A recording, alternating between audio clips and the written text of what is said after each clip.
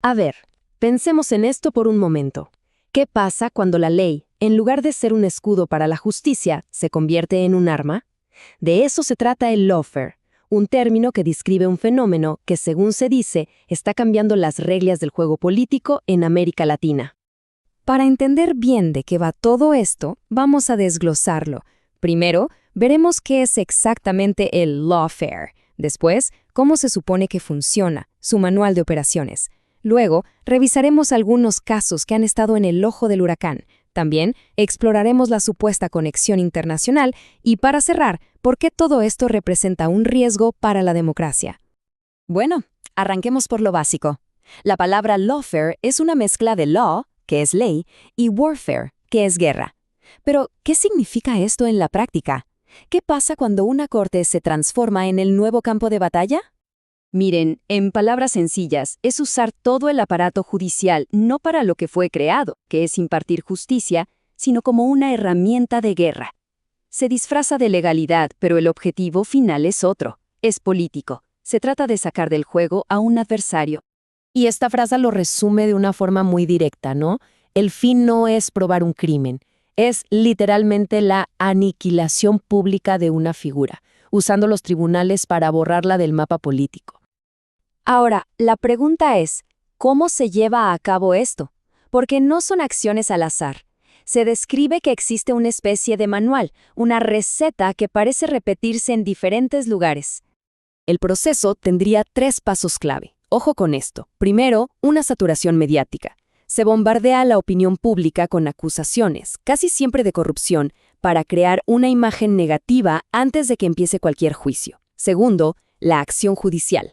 Se abren casos que, según se denuncia, muchas veces tienen fallas de procedimiento. Y tercero, el resultado político. Ese caso judicial se usa como la excusa perfecta para impedir que esa persona pueda participar en elecciones. Y aquí se ve clarísimo el contraste. Es como ver el mundo de la justicia y su reflejo distorsionado. Por un lado, los pilares de un sistema justo, la presunción de inocencia, el derecho a un debido proceso.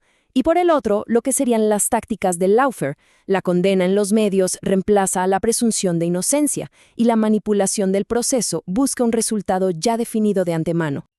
Ok, ya vimos la teoría, el supuesto manual. Ahora vamos a ponerle nombres y apellidos. Veamos algunos de los casos que se mencionan como ejemplos de esta práctica en la región.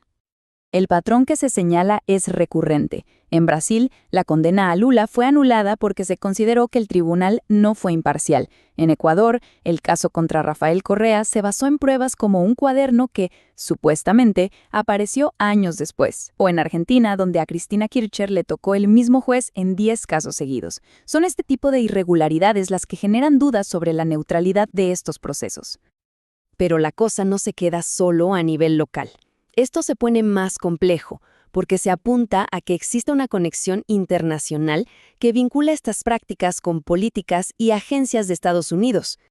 Aquí es donde entran en juego varias piezas de ese país. Se menciona al Departamento de Justicia, al FBI, incluso al Comando Sur. Y muy importante, una ley específica que les permite actuar mucho más allá de sus fronteras. Y de todas esas, hay una ley que es clave para entender esto. La FCPA, o Ley de Prácticas Corruptas en el Extranjero. Lo interesante es su alcance extraterritorial. Esto le da a Estados Unidos la capacidad de investigar y multar a empresas y funcionarios de otros países por corrupción, convirtiéndose en una especie de policía judicial global. $772 millones. Esa fue la multa que el Departamento de Justicia de Estados Unidos le impuso a la empresa francesa Alstom. Un ejemplo que deja muy claro el enorme poder económico que se puede ejercer con este tipo de leyes. Muy bien, y con todo esto sobre la mesa, llegamos al punto más importante. ¿Y qué?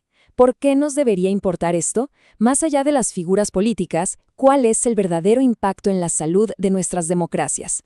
Las consecuencias que se describen son graves.